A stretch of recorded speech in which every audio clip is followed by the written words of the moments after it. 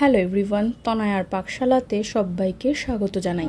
যারা first time চ্যানেলটা visit করছো তাদের কাছে অনুরোধ রইল চ্যানেলটা সাবস্ক্রাইব করো, পাশে থাকা বেল আইকনটি প্রেস করো যাতে নতুন নোটিফিকেশন তোমাদের সামনে চলে আসে। আজকে একটা ভীষণ মজাদার নিরামিষ রেসিপি নিয়ে হাজির করলাম তোমাদের সামনে। জানি প্রত্যেকেই হয়তো খেয়েছো, কিন্তু একবার এইভাবে ট্রাই করতেই পারো।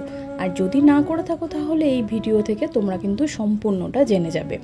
এটা একটা নিরামিষ তরকারি, তাই আজকের রেসিপি হচ্ছে নিরামিষ চিচিঙ্গার চচ্চড়ি। এই নিরামিষ চচ্চড়ি দিয়ে খেতে কিন্তু ভীষণ ভালো লাগে এক থালা ভাত। এর জন্য লাগছে চিচিঙ্গা তোমরা সকলেই চেনো।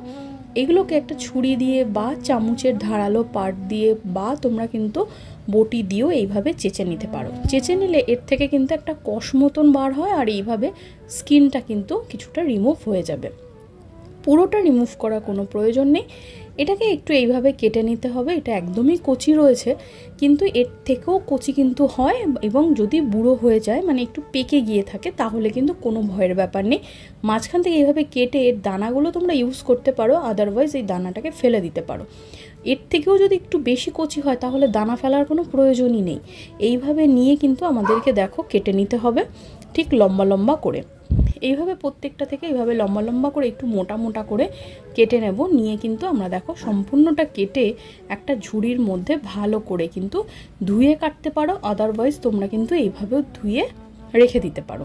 এবার একটা সাদা তেলের মধ্যে দিয়ে দেওয়া হলো পরিমাণ মতন কালো জিরে, আর একটা শুকনো লঙ্কা বা কাঁচা লঙ্কা দিতে পারো। ভালো মতন চড়বড় করে ফুটে উঠলে এবার কেটে ধুয়ে রাখা এই চিচিঙ্গাগুলো আমরা অ্যাড করব। চিচিঙ্গার দানাগুলোকে আমরা দেখো ফেলিনি, এগুলোকে আমরা ইউজ করব। প্রথমেই বললাম যেহেতু এটা বেশ কচি রয়েছে তাই দানাটা ফেলার কোনো প্রয়োজন নেই। নুন আর হলুদ দিয়ে ভালো করে আমাদের এটাকে উল্টে পাল্টে কিন্তু ভেজে নিতে হবে। দেখো চিচিঙ্গা থেকে প্রচুর পরিমাণে ঝিঙের মতন জল বার হয়। আরও যদি কচি হয় তাহলে তো বলার কথাই রাখে না, বেশ অনেকখানি জল বার হবে, যাতে এটা কিন্তু মোটামুটি অলমোস্ট সিদ্ধ হয়েই যাবে। ঢাকা চাপা দিয়ে কিছুক্ষণ ওয়েট করার পর ততক্ষণে একটা মশলা বেটে নেওয়া যাক। এখানে 2 চামচ মতন সাদা সর্ষে, 1 চামচ মতন কালো সর্ষে, আর বলতে পারো 3 চামচ মতন পোস্ত, আর একটা ছোট সাইজের এই বলতে পারো 3-4 চামচ মতন নারকেল কোড়া। এইভাবে দিয়ে একটা কাঁচা লঙ্কা দিয়ে এটাকে একটা স্মুথ পেস্ট বানিয়ে নিতে হবে। পম পম এই রোদের মধ্যে কে বাইরে থাকে? এই হ্যাঁ, এই রোদের মধ্যে এই কিরে এই পম, তাকা তাকা এদিকে তাকা, তুই আসবি? হ্যাঁ লাঠিটা দাও মা।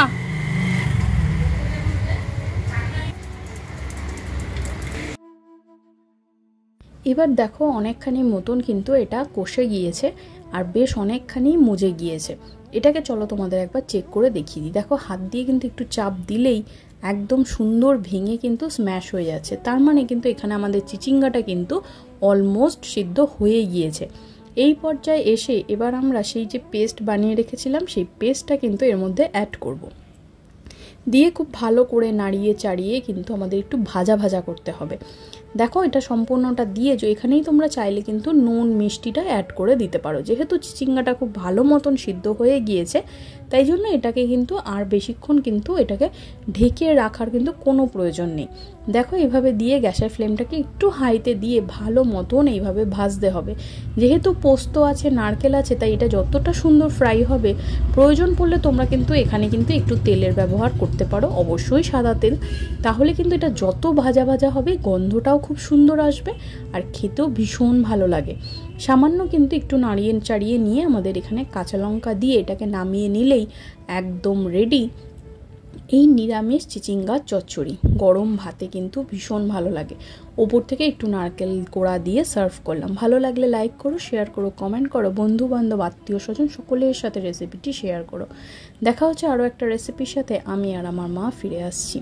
ততক্ষণে তোমরা চ্যানেলটা সাবস্ক্রাইব করো, পাশে থাকা বেল আইকনটিও প্রেস করো যাতে নিত্য নতুন রেসিপিগুলো সবার আগে তোমাদের সামনে নোটিফিকেশান হিসেবে আসে।